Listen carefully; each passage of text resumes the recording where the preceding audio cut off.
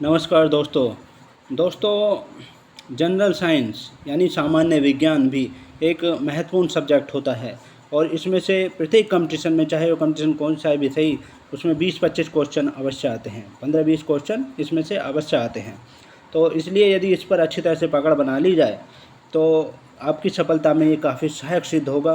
मैं कहता हूँ कि ये 100% सहायक सिद्ध होगा। तो इसी टॉपिक पर आज आपको क्वेश्चंस बताएंगे और इनकी जानकारी आप अच्छी तरह से कर लें, दिमाग में बैठा लें, ताकि कोई भी प्रश्न आपसे ना छूटे। तो बगैर देरी किए हुए आगे बढ़ते हैं। और जिन भाइयों ने अभी तक हमारे चैनल को सब्सक्राइब नहीं किया है वो चैनल को सब्सक्राइब कर लें तथा साथ ही साथ बेल आइकन को दबा लें ताकि नई वीडियो का नोटिफिकेशन उन तक पहुंचता रहे। क्वेश्चन नंबर 1, धातुओं के मुक्त इलेक्ट्रॉन। धातुओं के मुक्त इलेक्ट्रॉन जो होते हैं धातुओं में ऑक्सीकरण के फलस्वरूप मुक्त होते हैं। तो वो जो है धातु में कहीं भी जाने के लिए स्वतंत्र होते हैं। तो कहीं भी जाने के लिए स्वतंत्र होते हैं। डी पार्ट करेक्ट आंसर है। नेक्स्ट क्वेश्चन देखिए। क्वेश्चन नंबर 2, नाभिकीय रिएक्टर और परमाणु बम में क्या अंतर है। तो नाभिकीय रिएक्टर और परमाणु बम में जो अंतर होता है, ए पार्ट करेक्ट आंसर है। नाभिकीय रिएक्टर में कोई श्रृंखला अभी क्रियान्वित नहीं होती है, यानी इसमें ये जो है क्रिया जो है नियंत्रित होती है और परमाणु बम में जो है क्रिया नियंत्रित नहीं होती है। ये डिफरेंस होता है और इसके बारे में डिटेल्स बता दें। नाभिकीय रिएक्टर में यूरेनियम का विखंडन नियंत्रित होता है, जबकि परमाणु बम में जो प्रयुक्त पदार्थ होता है वो समाप्ति तक, जब तक क्रिया विखंडन समाप्ति तक अनवरत चलता रहता है।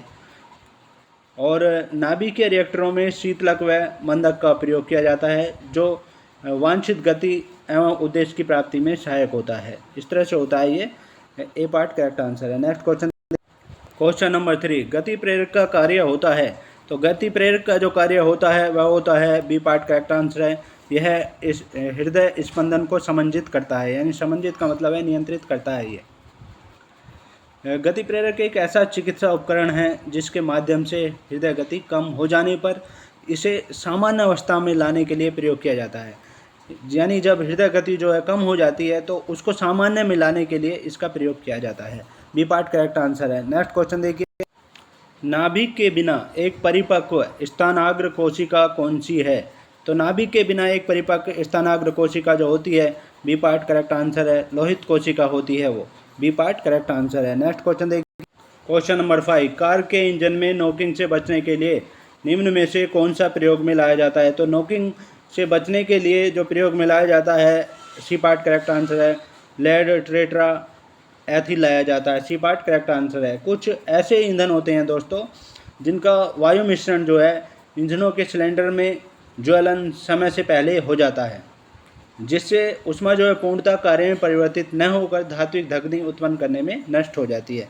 तो लेड टेट्रा एथिल के लिए इसका यूज किया जाता है। नेक्स्ट क्वेश्चन देखिए। वाटर जेट तकनीक का उपयोग किसमें किया जाता है। तो वाटर जेट तकनीक का जो उपयोग किया जाता है वो अग्निशमन में किया जाता है, यानी आग को बुझाने में किया जाता है। सी पार्ट करेक्ट आंसर है। नेक्स्ट क्वेश्चन देखिए। निम्नांकित में से किससे टेप रिकॉर्डर की टेप लेपित रहती है। तो जो टेप रिकॉर्डर होता है उसकी टेप जो लेपित रहती है वो रहती है फेरोमैग्नेट चूर्ण से लेपित रहती है। और फेरोमैग्नेट चूर्ण जो है लोहे के छोटे छोटे कणों से बना होता है। नेक्स्ट क्वेश्चन देखिए। बेतार के तार का संपर्क पृथ्वी के धरातल को परावर्तित किया जाता है। तो बेतार के तार का जो संपर्क पृथ्वी के धरातल को परावर्तित किया जाता है वो किया जाता है। सी पार्ट करेक्ट आंसर है, आयनोस्फीयर द्वारा। तो वायुमंडल का सबसे निचला भाग जो है आयन मंडल के रूप में जाना जाता है दोस्तों।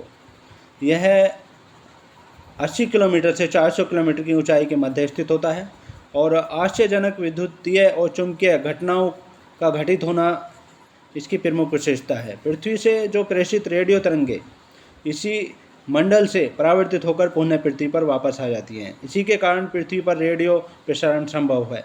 यदि ये नहीं हो तो रेडियो तरंगे जो हैं अंतरिक्ष में जाकर विलीन हो जाएंगी। सी पार्ट करेक्ट आंसर है। नेक्स्ट क्वेश्चन देखिए। कच्ची चीनी को रंग विहीन करने हेतु जिस चारकोल का प्रयोग किया जाता है वह है। तो कच्ची चीनी जो होती है उसको रंग विहीन करने हेतु जो चारकोल का प्रयोग किया जाता है वो होता है सी पार्ट करेक्ट आंसर है। एनिमल चारकोल का प्रयोग किया जाता है। सी पार्ट करेक्ट आंसर है। नेक्स्ट क्वेश्चन, मलेरिया तथा डेंगू में निम्नलिखित में से क्या उभयनिष्ठ नहीं है? तो मलेरिया और डेंगू बुखार जो होता है उसमें से क्या उभयनिष्ठ नहीं है? वो है डी पार्ट, मच्छर प्रजाति उभयनिष्ठ नहीं है, बाकी ये उभयनिष्ठ है सब, यानी ये दोनों में होते हैं। और मलेरिया रोग जो है मादा एनाफिलीज के काटने से होता है, जबकि डेंगू एंडीज प्रजाति के मादा मच्छरों के काटने से होता है। तो ये डिफरेंस है मच्छर प्रजाति का। नेक्स्ट क्वेश्चन देखिए, पिट्यूटरी ग्रंथि के हार्मोन हैं। पिट्यूटरी ग्रंथि जो होती है जिसे मास्टर ग्लैंड कहते हैं, ये मस्तिष्क में होती है और इसके जो हार्मोन्स होते हैं एक तो प्रोटीन होता है और स्टेरॉइड्स और कार्बोहाइड्रेट से निर्मित मिश्रित पदार्थ होते हैं। डी पार्ट करेक्ट आंसर है। नेक्स्ट क्वेश्चन देखिए, क्वेश्चन नंबर 12, किसी पौधे के कार्बनिक पदार्थ की अधिकतम द्रव्यमान मात्रा किससे आती है? तो किसी भी पौधे के कार्बनिक पदार्थ की अधिकतम द्रव्यमान मात्रा जो आती है वो आती है, डी पार्ट करेक्ट आंसर है, मृदा खनिज से, सॉयल मिनरल्स से आती है। डी पार्ट करेक्ट आंसर है। नेक्स्ट क्वेश्चन, हार्मोन शरीर में एक स्थान से दूसरे स्थान पर कैसे जाते हैं? तो हार्मोन जो है शरीर में एक स्थान से दूसरे स्थान पर जो जाते हैं वो बी पार्ट करेक्ट आंसर है, लाल रक्त कणिकाओं में जाते हैं। यानी रक्त जो है 3 प्रकार का होता है, रक्त में 3 प्रकार की कणिकाएँ होती हैं, एक तो लाल रक्त कणिकाएँ, श्वेत रक्त कणिकाएँ और एक प्लेटलेट्स होती हैं। तो लाल रक्त कणिकाओं का कार्य जो होता है ऑक्सीजन और हार्मोन्स को शरीर के विभिन्न भागों में पहुंचाना होता है, जिसके कारण हमारी क्रियाएं चलती हैं। तो बी पार्ट करेक्ट आंसर है। नेक्स्ट क्वेश्चन देखिए, यदि एक सरल लोलक की लंबाई दोगुनी कर दी जाए तो उसका आवर्तकाल कैसा होगा? यदि एक सरल लोलक की लंबाई दुगनी कर दी जाए तो उसका आवर्तकाल जो होगा वो बढ़ेगा। ए पार्ट करेक्ट आंसर है, क्योंकि आवर्तकाल जो है उसकी लंबाई पर निर्भर करता है, तो उसका आवर्तकाल बढ़ेगा। नेक्स्ट क्वेश्चन देखिए, 25 सेंटीमीटर फोकस दूरी वाले उत्तल लेंस की क्षमता कितनी होती है? तो 25 सेंटीमीटर फोकस दूरी वाले उत्तल लेंस की क्षमता जो होती है, ए पार्ट करेक्ट आंसर है, +4D होती है। नेक्स्ट क्वेश्चन देखिए, क्वेश्चन नंबर 16, 400 मिलीलीटर एसिटिलीन को पूर्ण रूप से जलाने हेतु ऑक्सीजन की कितनी मात्रा चाहिए? तो 400 मिलीलीटर एसिटिलीन को पूर्ण रूप से जलाने हेतु ऑक्सीजन की जो मात्रा चाहिए वो चाहिए 1000 मिलीलीटर चाहिए। ऑक्सीजन की मात्रा 1000 मिलीलीटर चाहिए। डी पार्ट करेक्ट आंसर है। नेक्स्ट क्वेश्चन, निकट दृष्टि वाला एक व्यक्ति 1 मीटर से अधिक दूरी नहीं देख सकता, उसे किस फोकस दूरी का अवतल लेंस प्रयोग में लाना चाहिए? तो निकट दृष्टि वाला व्यक्ति जो है 1 मीटर से अधिक की दूरी साफ नहीं देख सकता है वो, तो उसे अवतल लेंस का प्रयोग करना चाहिए। ए पार्ट करेक्ट आंसर है, 25 सेंटीमीटर अवतल लेंस का फोकस दूरी का अवतल लेंस प्रयोग करना चाहिए। और दूर दृष्टि वाले दोष में जो है 25 सेंटीमीटर से पास का नहीं दिखाई देता। तो ये डिफरेंस है निकट दृष्टि दोष और दूर दृष्टि दोष में। नेक्स्ट क्वेश्चन देखिए, निम्न में से कौन मस्तिष्क की कार्य प्रणाली के नकल करने वाला सबसे छोटा और सबसे तीव्र गति वाला कंप्यूटर है या होगा? ये जो होता है ये होता है दोस्तों, बी पार्ट करेक्ट आंसर है, क्वांटम कंप्यूटर है। और एक चीज़ और बता दें आपको कि यह मानव मस्तिष्क से भी तीव्र गति कार्य करता है।